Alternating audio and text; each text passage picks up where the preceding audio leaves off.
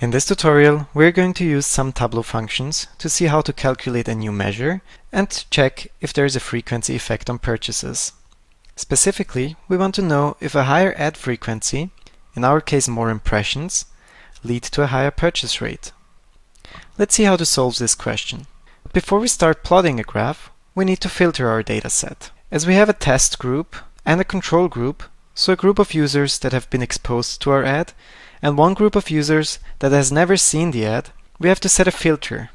We only want to look at IDs that are in the test group, those that have seen our ads, and we want to exclude IDs from the control group, since it only makes sense to analyze a frequency effect on our own product ads. So let's drag our test group to the filter section here, select one for the test group, and press OK. Now our filter is set.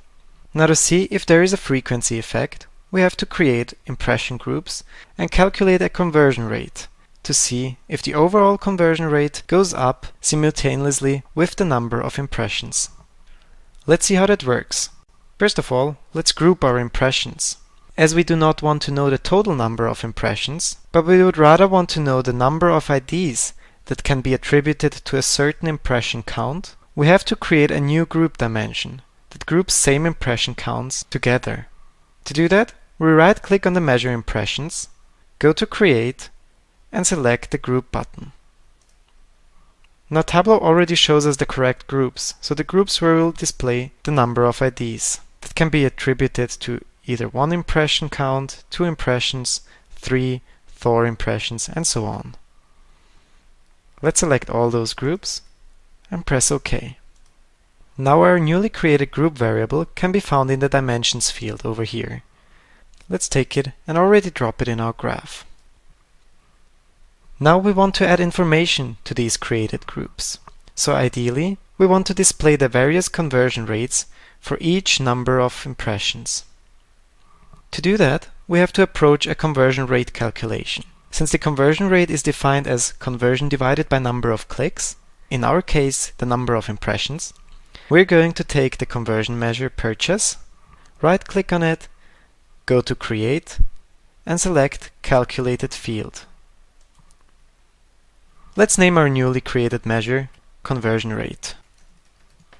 Now we can start calculating. Let's remove this.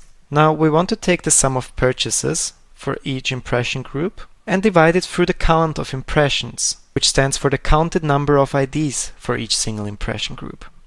To do that, we write sum for the sum function, write a purchase for the purchase measure, divide it through the count.